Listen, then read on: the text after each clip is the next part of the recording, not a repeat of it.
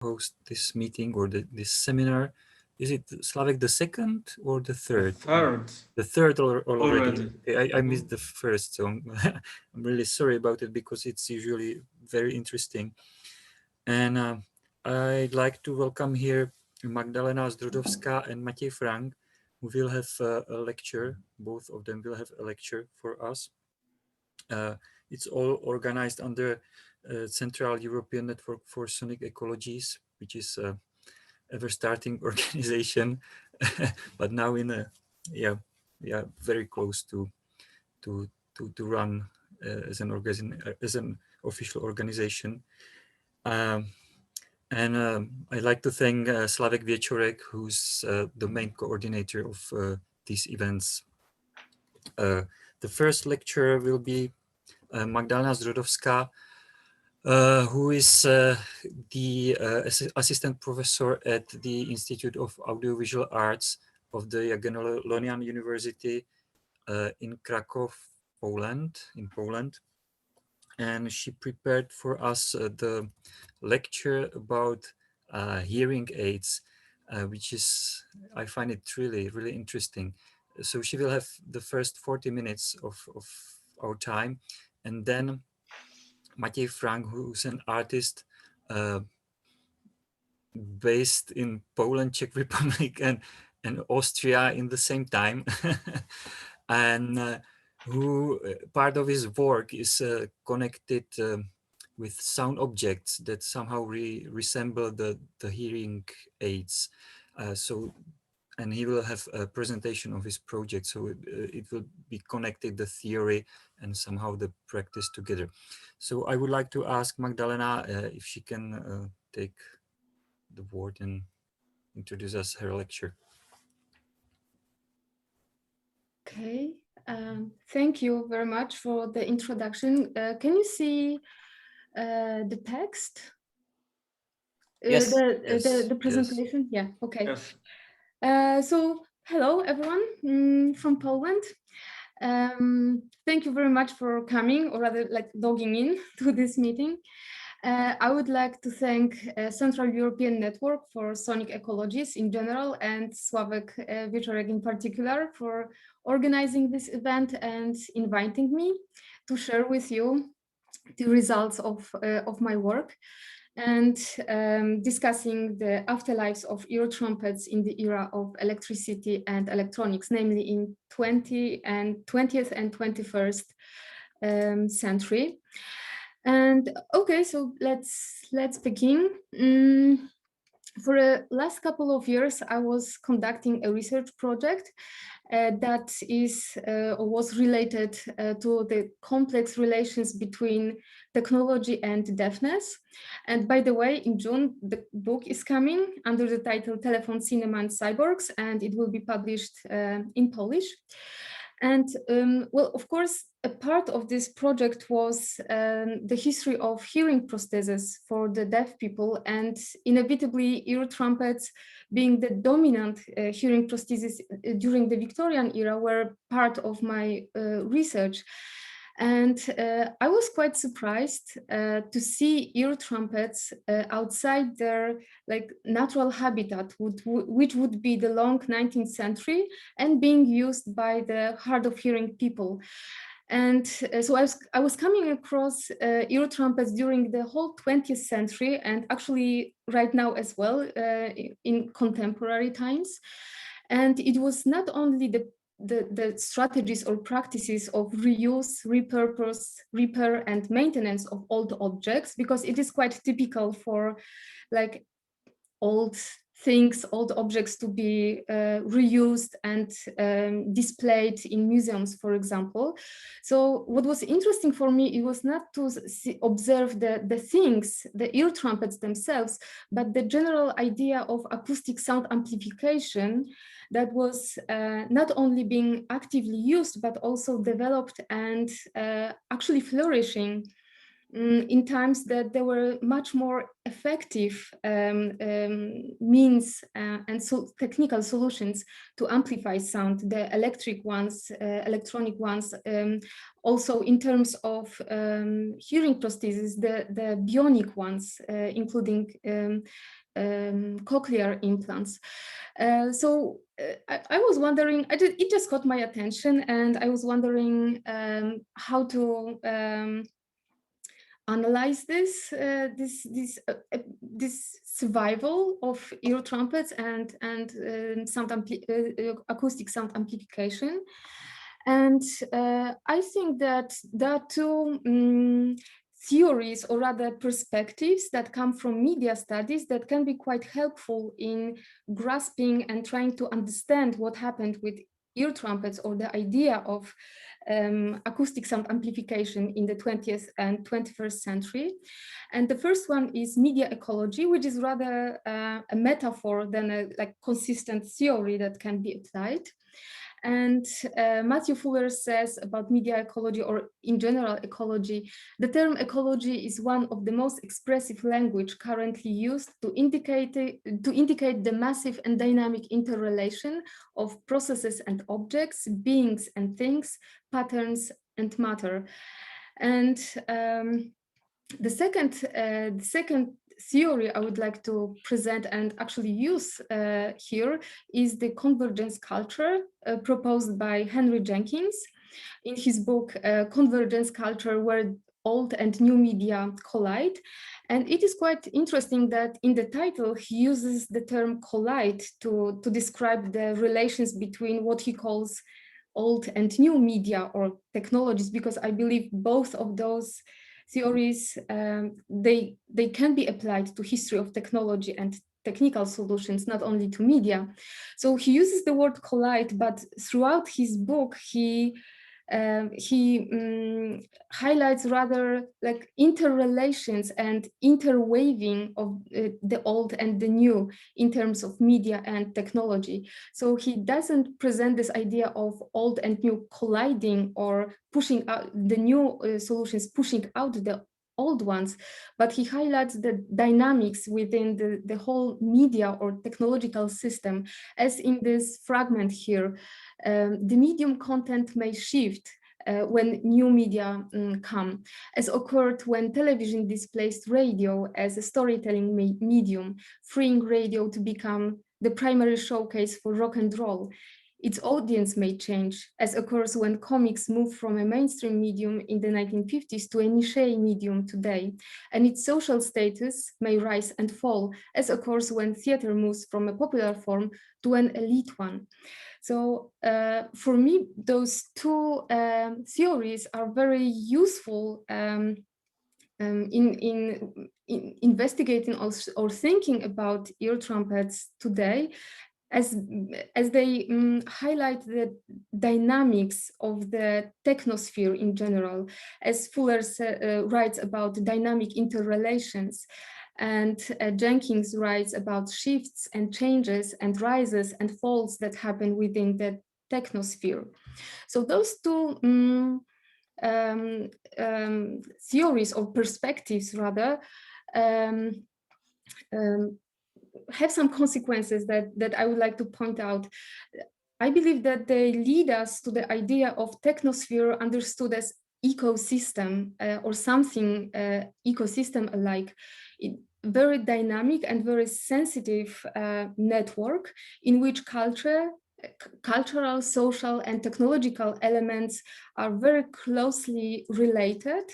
And when a new object comes, the whole system is very sensitive to those new comings, and the interrelations between the already existing old media or old technologies, they change, and the whole system changes as well. And I believe this theory have the potential to challenge as I put in on the slide, the progressive, linear, and evolutionary notion of technological change that is very much present both in the common sense understanding of what is the technological progress, but it is also very present in how history of technology is understood in academic studies as well. There is this idea of like constant progress and all technologies becoming obsolete and not used, not developed when the new come. So all this allows us, I believe, to reclaim, and rethink the supposedly dead media or dead technologies, as in the case of ear trumpets. So just to stay close to this ecological metaphor, I would like to substitute the idea of the technology death or technology extinction with the concept of relocation within the whole system. And I would like to make this idea of relocation a key word here, that I will use it a lot. And consequently, I would like to add to this well-known and well-described practices of reuse, repair, repurpose, and maintenance. I would like to add a new thing or another thing, which is the afterlife of technological solutions, including media. And just to give you some very basic information, that the relation between technology, hearing prosthesis, and deafness are very complex and very nuanced. And right now, I would like to give you a few information that I think will be useful for us. What we can see here are the trade catalogs of manufacturers of medical equipment. And as we can see, the ear trumpets came in very many sizes and shapes. It was a very divergent field of manufacturing. And in fact, they were quite expensive. They were quite luxurious objects. There were, of course, some do-it-yourself ear trumpets that were made, for example, from kitchen appliances like funnels. So these kind of objects also appeared, but generally they were quite expensive. As expensive as they were, the popular representation of them was quite not flattering, I would say. They were associated with old age, with social awkwardness, for example, with some communication misunderstandings, with someone answering the questions that were not asked. But quite surprisingly, ear trumpets were very much associated with lack of efficiency. They were presented as objects that actually don't work. As we can see on this satirical drawing here, it was a very popular motif to use ear trumpet, the image of someone shouting into the ear trumpet that was still not working for the user. And it is very popular motif in literature and in illustrations to use ear trumpet as an occasion for author to use language, very creativity. For example, to use words that sound similar but mean something different, and it was the source of humor. As you can see here, I wish you a happy new year on this in this illustration. So in general, ear trumpets were very paradoxical objects. They were expensive, but on the other hand, people were ashamed to use them because they were associated with all those, deafness understood as something humiliating as well. There were like some quite interesting attempts of designers of ear trumpets to design them in such a way they would fulfill the expectations of the deaf consumers or hard of hearing consumers. And there are two opposite ideas of designing ear trumpets. The first one was, I call it hypervisibility. And the idea was to design ear trumpets as extremely lavish, extremely expensive objects that would prove that the owner is a sophisticated consumer. They were very beautiful objects. And on the other hand, the ear trumpets were designed to be invisible. For example, very, very small, or they were designed to be hidden under the clothes or in the hair for ladies. Or as you can see here, they were designed to be camouflage as other objects. Here we can see ear trumpets camouflaged as hat for the lady, as walking stick for a gentleman, and as fan for ladies as well. So the visibility of ear trumpets was quite troubling, and it was very like paradoxical, as I said, object. And at the beginning of the 20th century, the ear trumpets were slowly but gradually substituted with new instruments, with new prostheses, electric hearing aids. At first, the electric hearing aids were not much more effective than ear trumpets. They were very big, very clumsy, extremely expensive as well. But as Mara Mills wrote in her articles, the ear trumpets became the testing site for new solutions in electroacoustics, in electronics, in miniaturization of electronics. So it was a very rapidly developing field, and in which it was also a very competitive field in which ear trumpets were like, they should be vanished like within a couple of years from the market. So the first relocation that happened when it comes to ear trumpets was actually when the electric hearing aids came, and ear trumpets became an element of narrative on history of medicine and history of technology.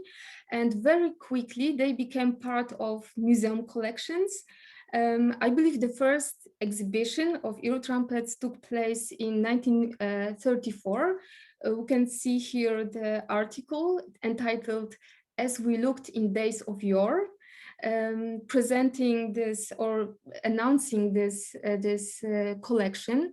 It took place in Philadelphia. There was another one in Smithsonian Institution in Washington, and ear trumpets were perfect for this storytelling on the rapid and dynamic development of medical instruments, because in comparison to electrical hearing aids, they looked really weird and really old and really crazy actually. But on the other hand, they were not that old objects, because some of them were still at use by the elderly ladies or some grandmothers or grandparents. So they were like the very living example of how dynamically the medicine is developed. So that's the first relocation. The second one is, well, the producers of ear trumpets desperately tried to like sell them still at the beginning of the 20th century. And it is quite interesting that they were marketed in comparison to electrical hearing aids as mechanical hearing aids or non-electric hearing aids, and they were presented, the non-electricity of them was presented as advantage. And we can see here two advertisements. The vibratube was presented as instrument for hopeless cases, and it was also presented as instrument that is like you can use this as a training instrument, and after 60 days you can already use electric hearing aid. So it was there was a slight shift in how electric or rather ear trumpets were perceived as successful and effective hearing prostheses. Super ear, as we can see here on the right hand side, were promoted as something, as an aid that has no batteries, no cords, no headband. You don't have to pay for batteries. That is very not expensive in use hearing machine. So the second relocation would be the change of like the whole discourse around ear trumpets. The third field, and this is where things are getting even more interesting, at least for me, is that when I was doing my research in the Thackray Museum of Medicine in Leeds, they have a huge collection of ear trumpets. I came across like a production scheme, what we can see here, of that is a banjo type ear trumpet, and it looks absolutely the same as Victorian ear trumpets, but as we can see here, there is a date where this scheme was produced, and it is 1976, which was well, quite surprising for me that ear trumpets were not only used in terms that the old ear trumpets that survived somewhere were used by people, but also they were very actively produced by the really mainstream medicine equipment provider, because Eschmann Brothers was and still is one of the leading companies producing medical equipment. And there were some more. Here's another model of, it's not the ear trumpet, it is called conversational tube, but it is also acoustic instrument for hearing. And I was trying to track down the order and to learn how it happened that in the late 1970s in Great Britain, ear trumpets were actually produced. And it turned out that in the middle 70s, the advisory board of Department of Health and Social Security make a note that and this is the quite paradoxical situation, because I will go back a little bit earlier. Hearing aids, electric hearing aids, were developed very dynamically, and the direction was to make electric hearing aids smaller and smaller. And the smaller they came, the more difficult it was for elderly people to actually use them. And for some people, for example, who had dementia or their hands are shaking, the operation or maintaining and actually using electric hearing aids, these progressive, very advanced ones, was too difficult, especially when it comes to changing batteries. So for these people, NHS, which is the National Health System, had to provide some other hearing prostheses, and they provided Victorian ear trumpets for these clients. And in the middle 70s, it turned out that there are not enough ear trumpets on the market to provide all elderly people who need them. So the Department of Health and Social Security ordered 200 ear trumpets, the banjo ear trumpets you can see here, and 5,000 these communication cones, as we can see, tubes, as we can see on this illustration. So it is quite interesting that the deaf community said, why to stop here? Maybe you could upgrade them and make them more aesthetically appealing for people in the mid 70s. Maybe you can add handle so that your hand, when using your hand, is not too tired to use this instrument. So it was not only that these ear trumpets were produced, but there were some ideas to actually develop this kind of equipment. And we should remember that that's the time when there are printed circuit boards in electrical hearing aids. They are that's the avant-garde of technology, I would actually say. And at the same time, in the late 70s, there are some very advanced experiments on biomedical prostheses like cochlear implants. So in the late 1970s, technologies from the Victorian era met the very 20th century and actually 21st century type of prostheses and hearing machines. So in case of medicine, I think it is not a relocation or afterlife in case of ear trumpets, but they came when the mainstream technology became too advanced for some users. The fourth field into which ear trumpets were relocated is sound locating, and especially during the First World War, oversized ear trumpets were used for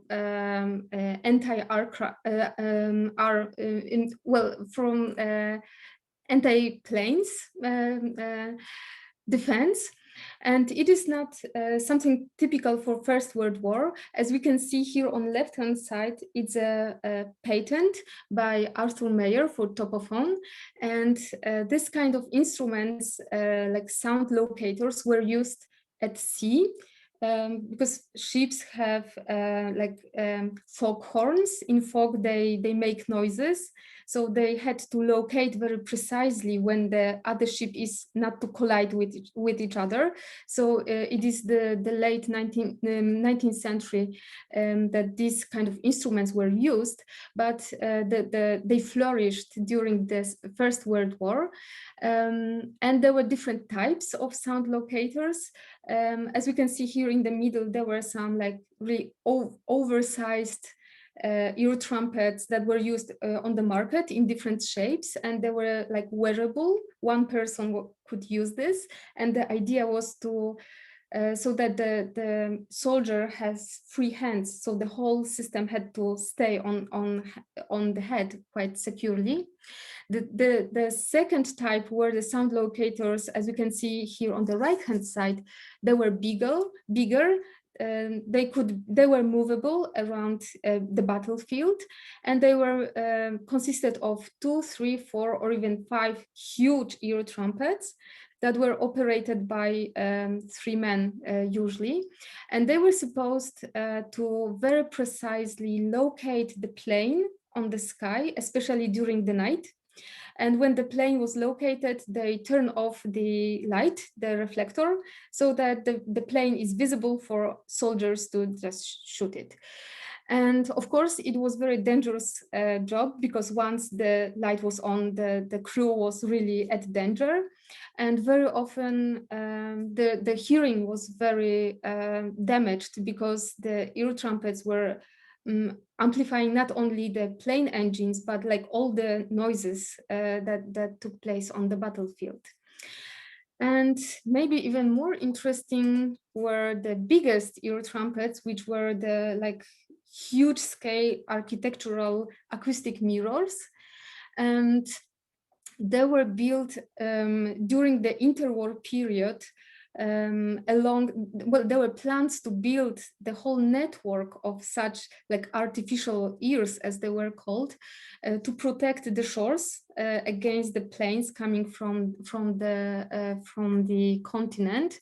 Here we can see map with the plan with these ear trumpets or like acoustic mirrors being marked.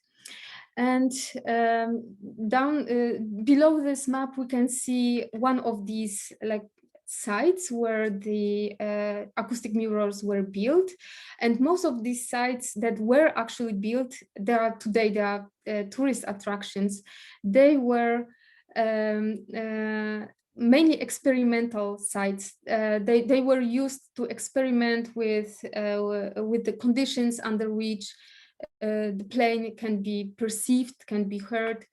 And there were a lot of problems with this system, because on one hand, United States and Great Britain and other countries were working on radar that would help to locate planes, but they also had to invest in this network of acoustic mirrors as a plan B, just in case the radar is not working, or it can be it cannot be used.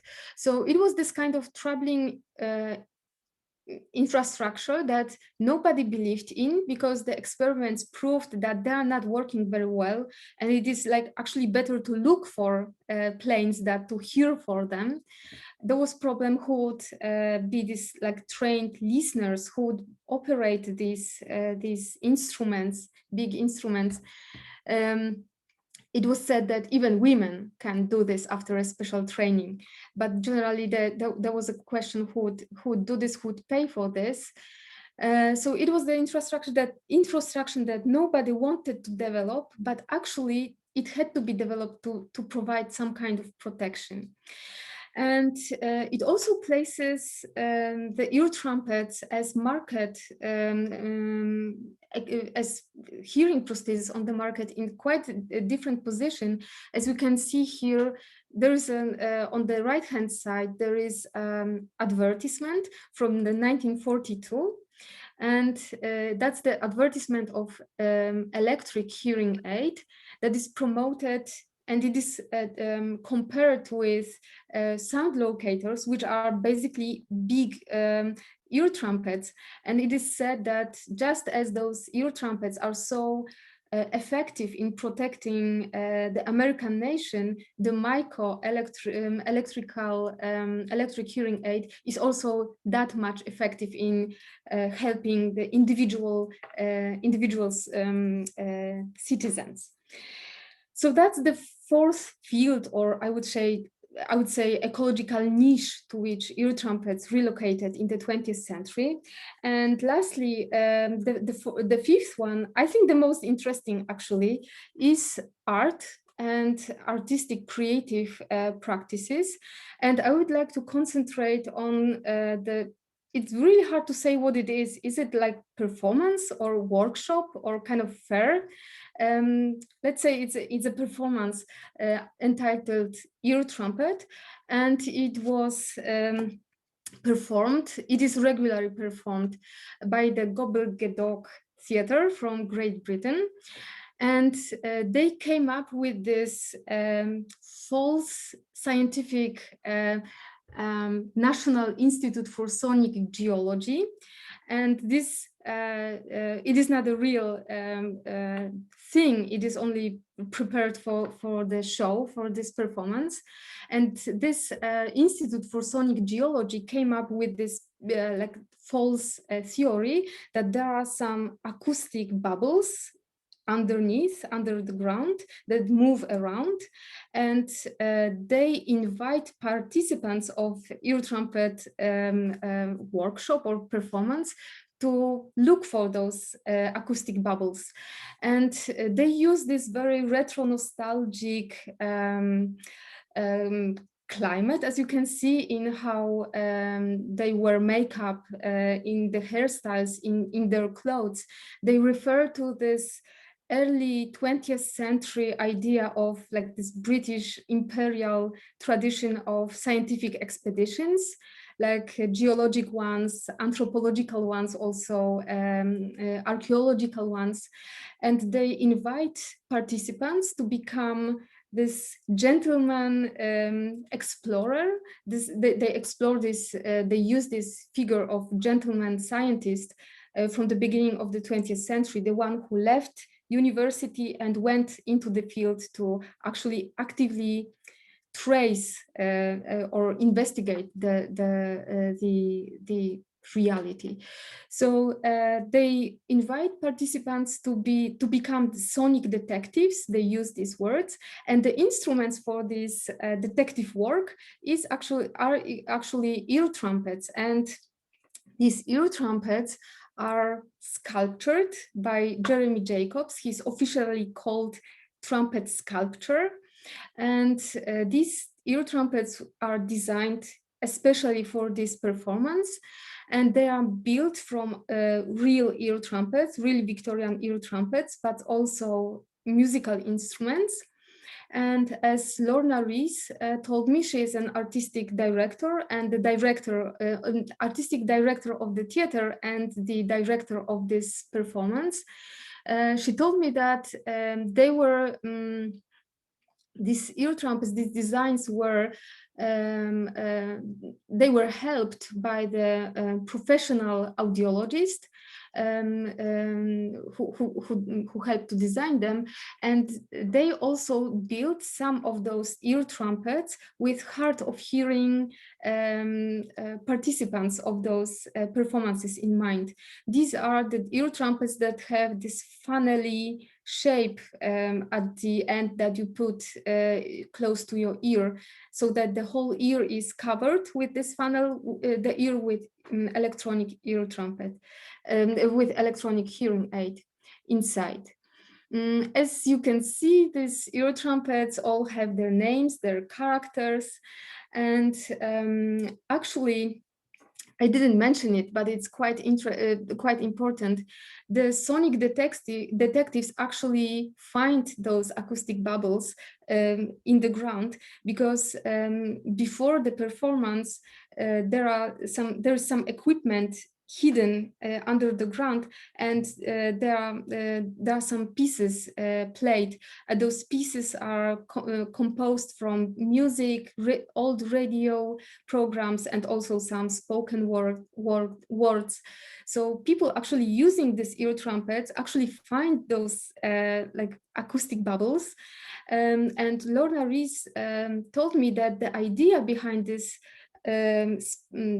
workshop or performance is that once they find the sounds below the earth, they try to track some other sounds as well. So they use ear trumpets to find some other sounds like the birds singing or people's voices. So they try to explore not only the ground where they know they will find some sounds, but also their surroundings.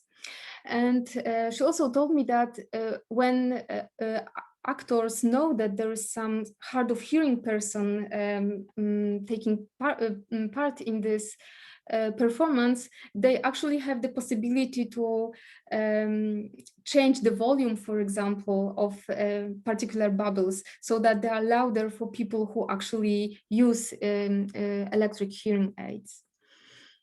And there are far more ear trumpets being used in art. There are some series of works by Matěj Frank. He's going to talk about them in a minute, but I would like to mention Andreas Boschardt as well, who is like conducting some kind of sound walks with ear trumpets around the city. As you can see, he uses traffic canes as ear trumpets. He said that's the still from The Melody of Noise. That's the great documentary about music making. And he said that traffic cones are very effective as ear trumpets because they are very cheap, very light, and quite big.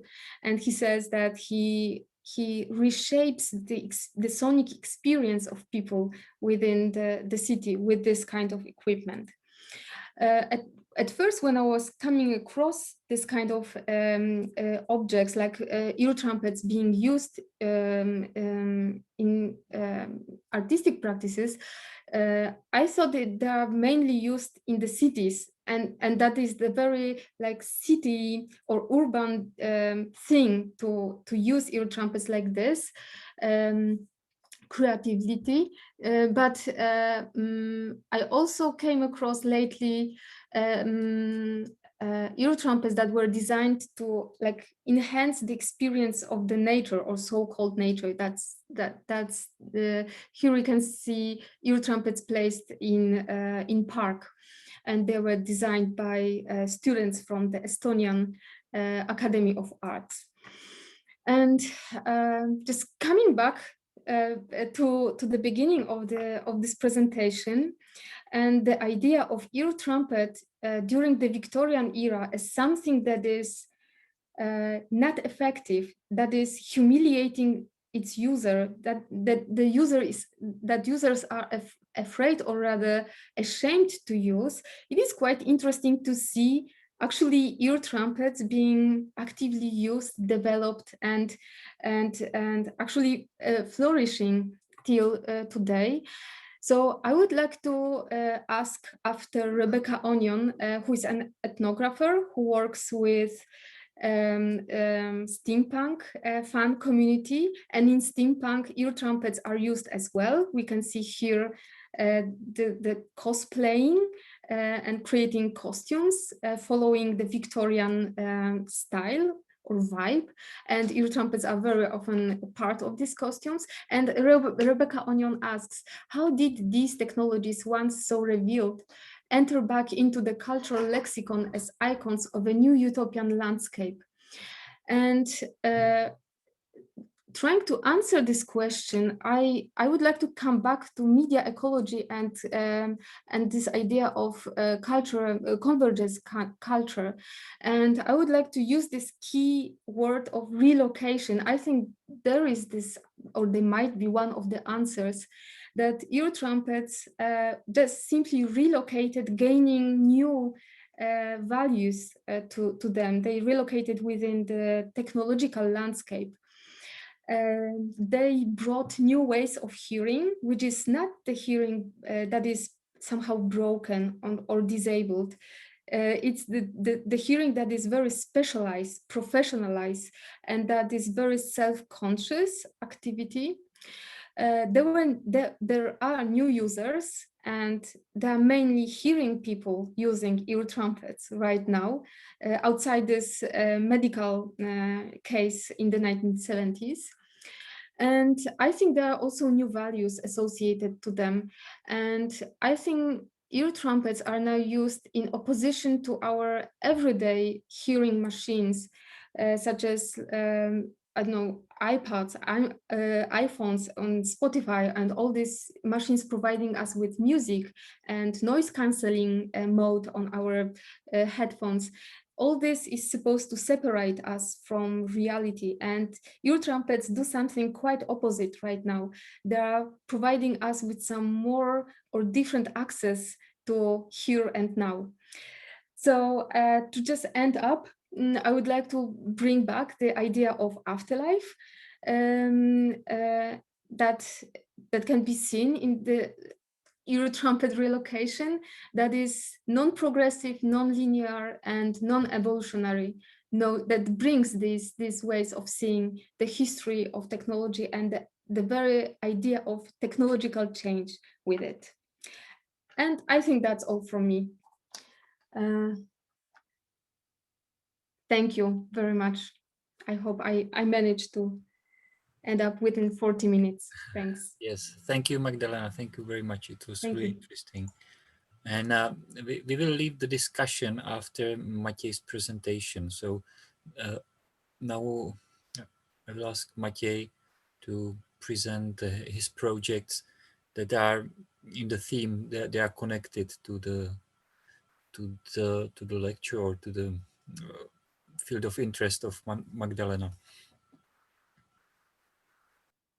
Hello, thank you for the introduction. I hope that you hear me well. And also thank you, Magdalena, for this really nice and interesting introduction of the topic, and for covering like all aspects of those of the hearing aids and ear trumpets.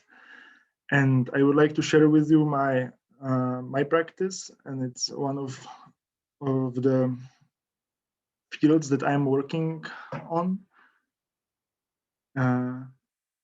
Do you see my screen?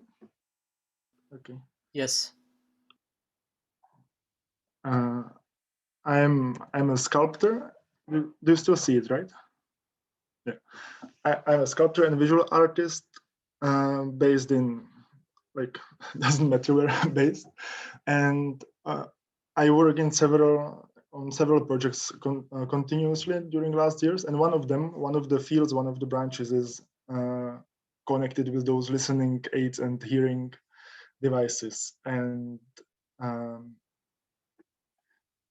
those are maybe some references that I'm not sure if I knew them before or I didn't, and they were appearing one by one when I was getting deeper and deeper in the topic. And actually that's what Magdalena covered in her talk, like from the listening devices to the large scale military equipment. And what is interesting for me when I was working on those projects and when I was preparing my listening devices, after some time, I realized that actually I hear a bit worse, or I don't hear as well as I heard before. So maybe that was actually the initial impulse to start to work with such objects and sculptures. And I will talk about several ear trumpets, or monologues as I call them, and I think that they will be more or less in the chronological order, and always I will mention like why especially this one was important or somehow discovered something for me in that topic. That's it will be just the selection of those listening trumpets. And that actually was the first one. That was the monologue one. realized in Opava in the Czech Republic within one festival. And it was a really interesting situation because there on the street and along the river there was happening the festival, landscape festival focused on nature and urban spaces and their merging and the merging of those spheres. And here you can see that the sculpture or the opening is directed directly towards the river. And as you can imagine, like at the festival, there were people passing, music was playing, there were some stands, and all of a sudden you can use this listening device to hear only the sound of the river, which was really nice, surprising. It was actually much stronger than I expected, that you can really clearly hear the noises of the running water in, among the noises of the festival. So that was a really nice discovery for me. And then a year or two later, I was invited to take part in Sanatorium Dźwięku, Sound Sanatory Festival. It's the festival of sound art and experimental music happening every year in Sokolowsko in Poland. And it was a 3 days long festival. And in a small village in mountains, so only really interested people in sound would come to the festival to take to be there as an audience and also as artists. So I knew that there would be an audience focused on sounds. So I've decided to present this sculpture every day in a different spot. So it was the festival was happening for 3 days, and every day it was placed somewhere else. At some point it was directed more towards the festival venues, so you could hear the music and again the people. The other times it was directed towards the nature, or maybe to the lecture, to the areas where lectures or presentations were happening. So every day the audience as well as we all could hear a different sound environments. And that's actually something what I'm really glad for, that I had over the years. I had several possibilities to present the works or various trumpet monologues in various settings and various environments, and sometimes it was in the cities, the other times in the nature, and always you could hear, of course, always you could hear something else. And I really like this idea that when you are putting your hands to your ears, you hear better, and the bigger hands you have, the better you hear. And I really also like this experience, as everybody of us can now try, that you really can locate with your ears, as it was used in the. Of course you can, because it was used during the as a military equipment, but you can achieve it already with a really simple settings like traffic cones, as we saw at the Magdalena's presentation, or with your palms, or with the bigger structures like this. And as I mentioned at the beginning, that I'm a sculptor and a visual artist, I'm partially interested in the sonic qualities of those devices, but also of always I'm interested in the shape and in how it works as a spatial object, because also I'm interested in the qualities of spatial objects in the space. And in this case, I really like in case of those works, I really like that idea that it covers the space as the mainly visible space and the relation of the object with the space, but also it covers the soundscape of the surrounding, and that it's bringing various or additional layers to the sculptures. And that one, that's the monologue, which was presented in Austria. It was placed there. Sometimes I had an opportunity to present those works for maybe during the festival for a few days or for several weeks, but at some locations the works stayed for even several years. And this one, this monologue in Out was presented for 2 years in Austria and Graz.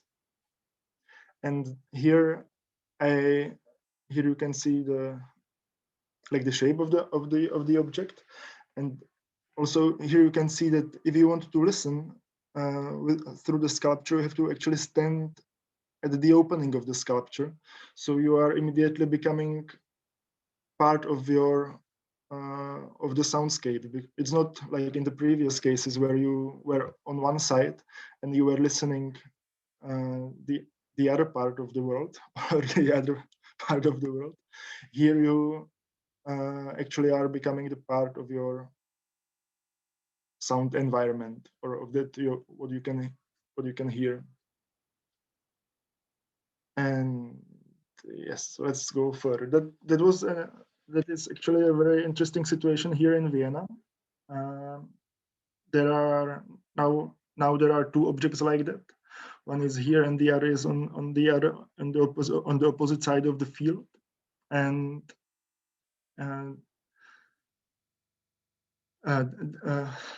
this monologue was presented next to the outdoor gallery in this very special environment, which is in the suburbs of Vienna. Here you can see that they are building the city. It's called Seestadt, and it actually is the newly built city in last years. First, they made subway tracks, and then they started to build the city, and it still continue. The construction still continues, and in several years, for sure, the whole field will be covered with buildings.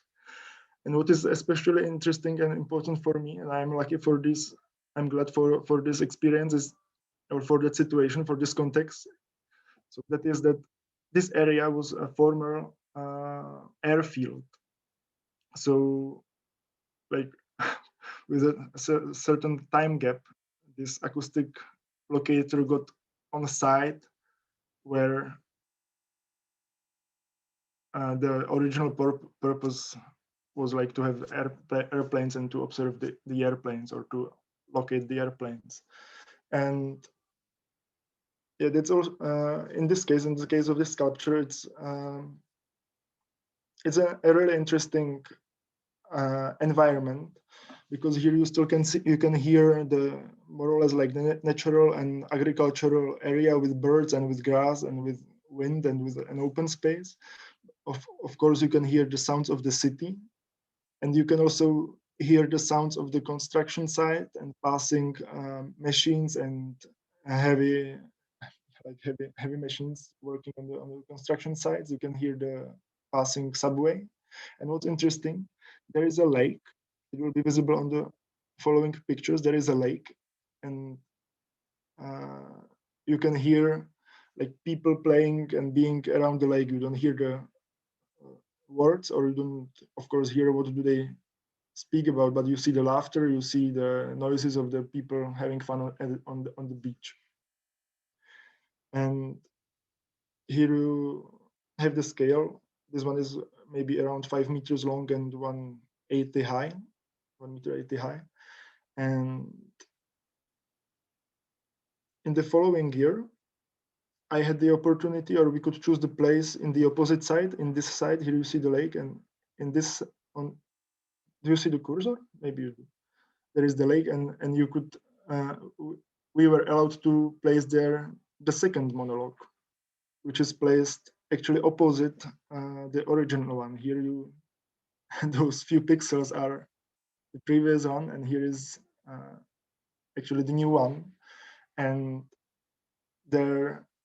that's also an interesting situation for me, that there could be there is a distant relation between those 2 sound locators. And in this place, in this spot, it's of course much more used, because it's right next to the city, and the people are gathering around, especially in summer. And what I'm actually really glad for, that always when I'm visiting that area, I see at least someone who's passing the sculpture and listening through it, or trying to shout in it, or listening to it. So actually, still, even if it's standing there for more, or for around a year, nearly a year, still it invites people to interact with the sculpture. And it's obvious that it's not only a listening sculpture, but also a speaking or screaming sculpture. So it works on both ways, and people are also trying, especially kids are trying to scream in it and listen as well. So there is this relation between those two objects, opposite sides of the lake. They are maybe some 400 or 600 meters far away from each other, and you can hear from one to the other. Of course, then it depends on the wind and on the weather conditions, how much you hear, but it's possible. And that's I really like this surrealistic views of newly built city with all those cranes and people sunbathing next to this weird object. And actually, immediately it became a kind of a playground for kids, and from the first day on, they were like sliding on it and climbing on it and trying to deal with it. And one of those objects was also originally presented in Wrocław in the BWA gallery. Within the exhibition, we will all meet at the same place, which was focused on sound art and sound-related art. And I really enjoyed the situation when that pretty big sculpture was placed or located in the same room as Rolf Julius's works, which were often very silent, very minimalistic, nearly invisible in the gallery space.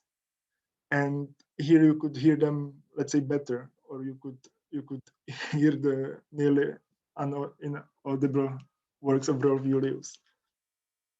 It was created by Pavel Šorňák in Wrocław 2 years ago. Another interesting step for me was the sound walk or listening walk in Plovdiv during the residency a year prior to that Plovdiv became a European capital of culture. And we organized the sound walk or listening walk that took around 2 hours. And we walked through the city, as you see the listening devices on wheels. So we went all over the city through the main streets and main squares to parks and along the train stations, and people were interacting and asking and trying to listen, and of course trying to speak with it. And then we got to the river, and a year later, during the actual year of the European Capital of Culture in 2019, I got an opportunity to locate one of those listening sculptures, this monologue in Plovdiv. And again, we have here the river and the urban soundscape. They were merging together. And yes, so that's all about the listening trumpets. And maybe now I will go to just briefly, I will mention 2 similar projects also focused on communication and on, actually, in one case, in this conical shape. That was work Chronologue, that worked the other way around, and it was emitting the sound, and it was in the outdoor gallery in the museum of Ostrava in the Czech Republic. And it was playing or presenting the 24 hours long sound recording of the surroundings of the town hall or of the surroundings of the museum. So there was like 24 hours long recording played in loop, and it was presenting the normal sounds of the environment, including the bells of the towers and people talking in the streets and cars and birds in the tower. But also we recorded electronic sounds with the pickup coils from the engines that they were coordinating the bells and the clocks. So that's a similar piece to the acoustic or hearing trumpets. And another sculpture focused on communication and sound is this trialogue, which is the communication sculpture that you really can enter the sculpture, and as you see, like each mouth is connected with ears of two other figures, so you always can hear what one person is saying to the other. And yes, it maybe would be all. It was just a brief introduction to the trumpets, and I think that now we can start the talk or the discussion, or maybe Evian. Yes, thank you, Matěj. It was really interesting, and I'm really happy that the two lectures were connected, because now we can see that the hearing aids and ear trumpets haven't disappeared. So now I open the room for questions and answers, for the discussion about the talks. So feel free to ask the questions.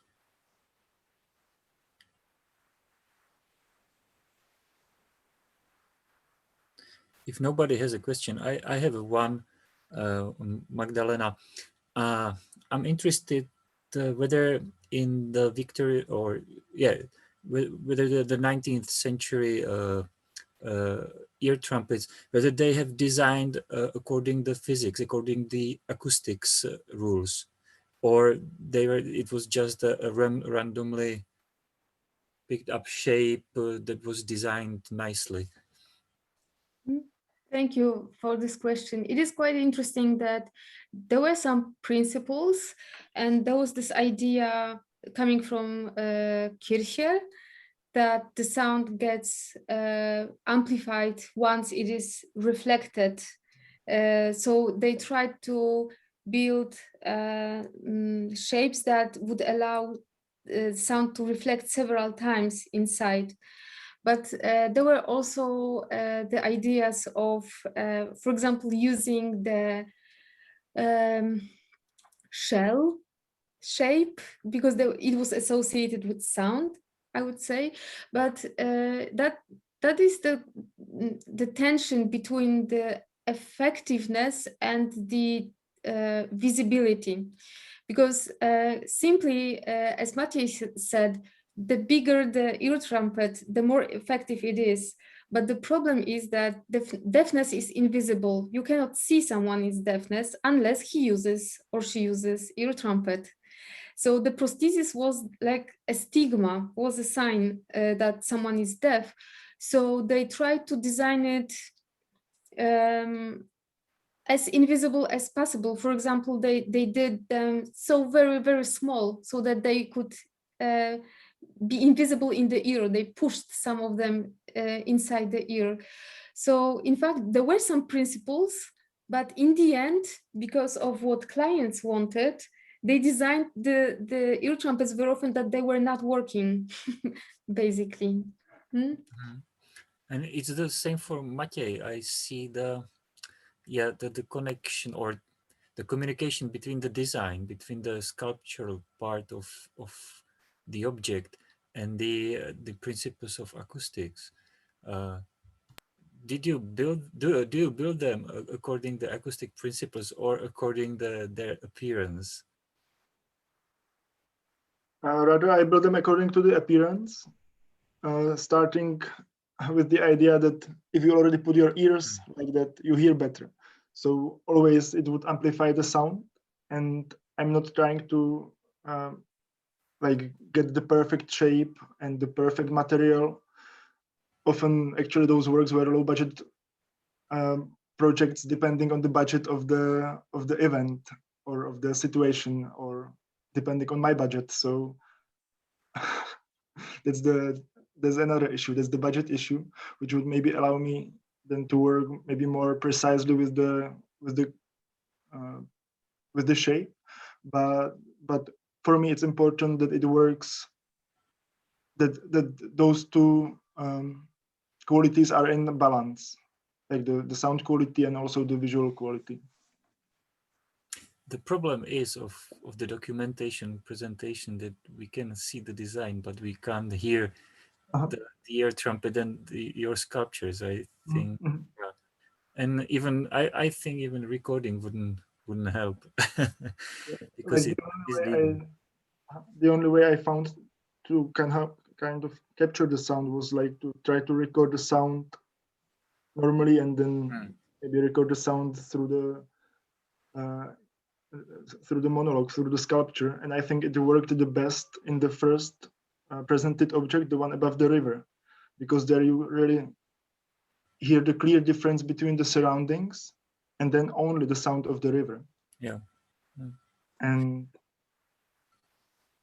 yes, and also you are touching another interesting thing, because sometimes people are surprised that they don't hear anything, but they don't hear with those objects anything special. They maybe would expect something special, but it's just the sound of the surroundings. And if the wind is going the other way, or if there is nothing, let's say nothing happening at the moment at the surroundings, you don't hear anything. It rarely happens, but it's also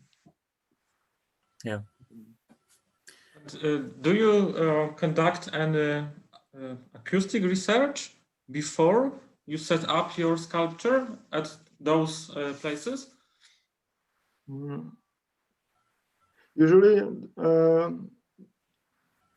they were presented within a festival or within an exhibition, so more or less the area was set, and then within a certain area I always like walk through the area and I try to pick the space which is interesting for me in one or the other way. And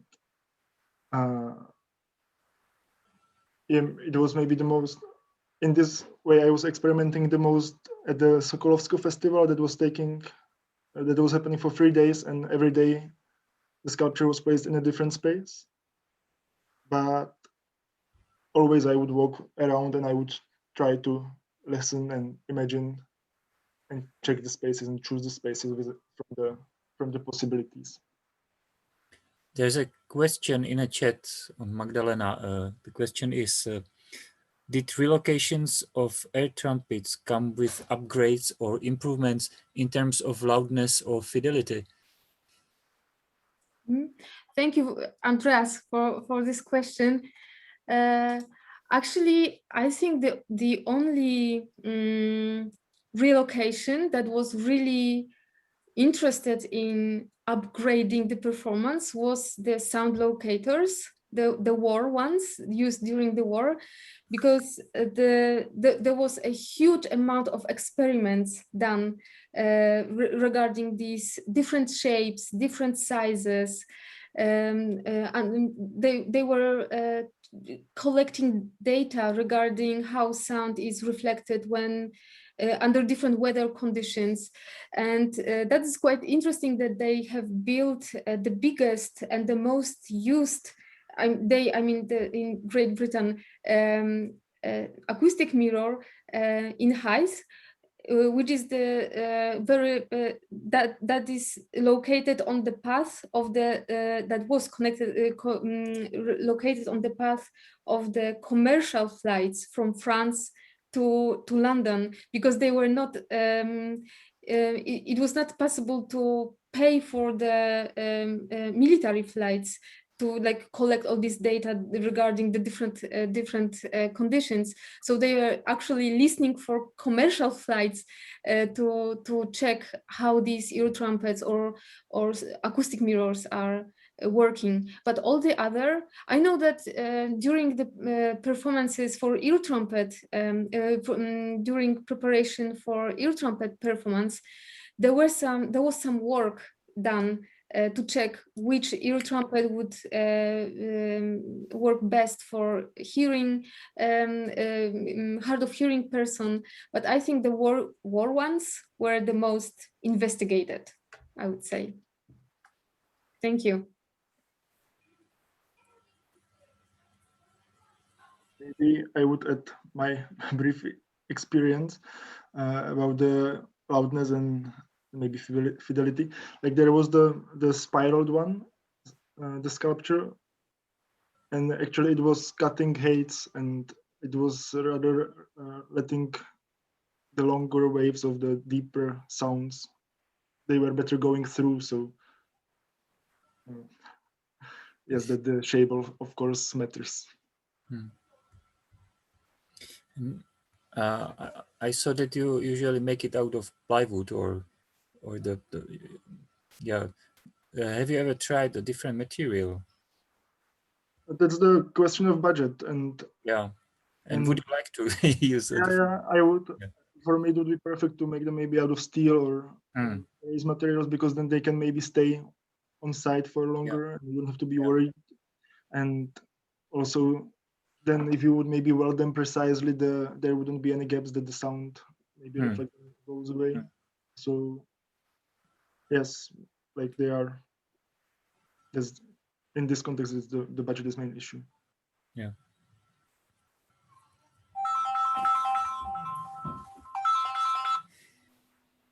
Sorry.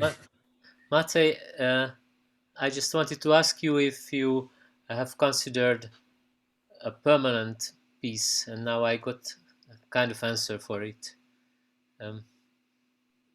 Yeah, like there is not one permanent somewhere, but there are in Vienna now. One is there for around 2 years, and one is there around for 1 year. Those ones which are opposite each other. So it's for now it's the longest time. Also in Graz there was one maybe for nearly 2 years. Are they wooden? The wooden ones, yes. They are made of this waterproof plywood connected with metal parts. So they are not there forever, but they can hold for several years. Yeah.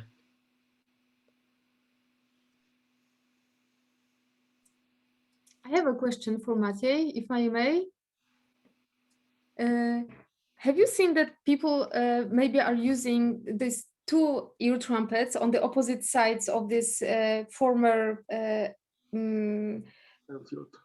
Yeah, airfield, that they use it for communication? Like, for example, one person is speaking through using ear trumpet as megaphone, and the other one is listening. Because actually, when you told about this, that would be the first thing I would do with this ear trumpet with my friends. I would use it for like a distant communication device. Have you seen people doing this? I haven't seen. We tried it at the opening, or when we installed there the second one, we tried it. But like the thing is that it's actually like quite far. We have to walk maybe for 10 or 15 minutes along the lake and across the field. So you would really have to devote yourself to go to send someone there and to stay here, which is of course possible, but I think it's not that common.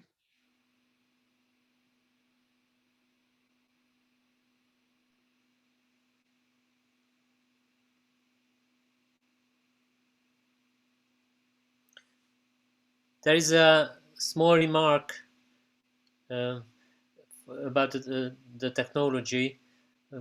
We are speaking of a sort of vintage technology. The phenomenon is actually present in parabolic mics as well. This acoustic mirror thing, it's used in recent new models of microphones. It's just something that came to my mind. Yes, actually, it was in Magdalena's presentation. The UK military sound mirrors, they were built on parabolic effect, weren't they? Yeah. And about the UK thing, I came across an information a few days ago in a talk, which is about submarines. During just before Second World War, when the submarines got the depths of oceans, and it was they were not traceable by radars yet, and it was also musicians were hired to listen in underwaters. I haven't read the article because it's in Spanish, and somebody was just talking to me about it. But it seems to be really interesting. It has to do a lot also with the birth of or the early times of electronic music, but the checking was by sort of ear trumpets listening into the ocean, and especially string players, violinists and cellists were hired to listen underwater through something like special ear trumpets, as I can imagine this, sounds coming from the sea, listening to electronically amplified sounds, but listening by something what I can imagine, something like I don't know, because I haven't really seen the article. Maybe it's loudspeakers, but maybe it's just some kind of ear trumpets which transmitted the sounds underwater. I will check it out. I need somebody who translates it from Spanish for me. Thank you for this. That's very interesting. And just by the way, during the interwar period, the British tried to use electrical equipment as well, like to make this sound ranging automatic. But so they wanted like the ear trumpet to set alarm when the sound is detected, but it turned out it was impossible for those machine or those programs to decide whether it's a plane or just wind or something. So there was still had to be a person like watching this this equipment. Thank you. That's interesting. Can I also make a point? First, I would like to thank you both for the very, very brilliant presentations. In regards to this, war technology that was developed, that's a question to Magdalena mostly, to you actually. First of all, this discussion brings in mind a visit I made to a site in the UK. You might know, but if you don't, I think it's very fruitful to visit, called Orfordness. It's southeast of the UK, and was a site, small island, and a site for raiders. Now it's so undertaken by, I think, the National Trust of, some sort of cultural heritage, but also installed the BBC World transmitters. So I think this also brings the discussion to media ecologies in another way, and all of these sound technologies that evolved throughout the 20th century. And the question is whether, if this war technology that was developed, to what extent it informed, the private users, the ear trumpet or next technologies, because we know that war technology usually, unfortunately, it's a niche. It generates new knowledge, new equipment and stuff, and so on. So yeah, what was the relation between the two? Thank you very much for this question. It's really great because I believe that it is very exceptional situation, because normally during the war and when it comes to army, there's a huge amount of money invested in innovation when it comes to war technologies. And after the war, just to like do something with this, they are transmitted to everyday life, like microwave or like zip or computer. Everything we have probably is like originated. Very many technologies are originated like in army laboratories. Yeah. And with ear trumpets, it is exactly the opposite. Once those objects are obsolete and not used anymore, suddenly they are transmitted to this middle of like very tense, innovative work concentrated on this. Once in like mainstream market, they are just pushed out by the electric hearing aids. I think that's one of the very few examples that is the other way around, that normally, yeah, I believe. This is great, thanks.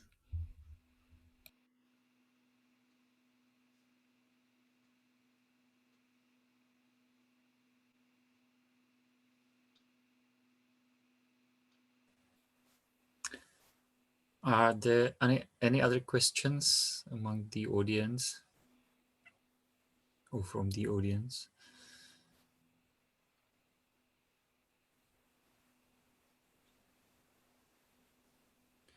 If not, I can announce, Slavik, can I announce another seminar? Yes, yes.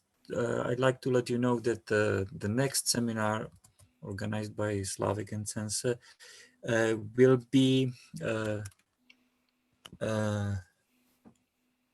31st of May. Am I right? Yes, 1 week later than we planned before. Yeah. So 31st. 31st. Yes. Is it already corrected on CENSE? Yes, it is. Okay, so please you can check it on CENSE website. The address is cense.earth, and you can also get some information about our network.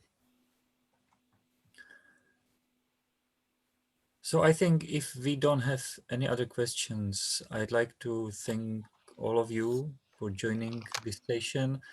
And first of all, I'd like to thank Magdalena and Matěj for their talks that were really interesting.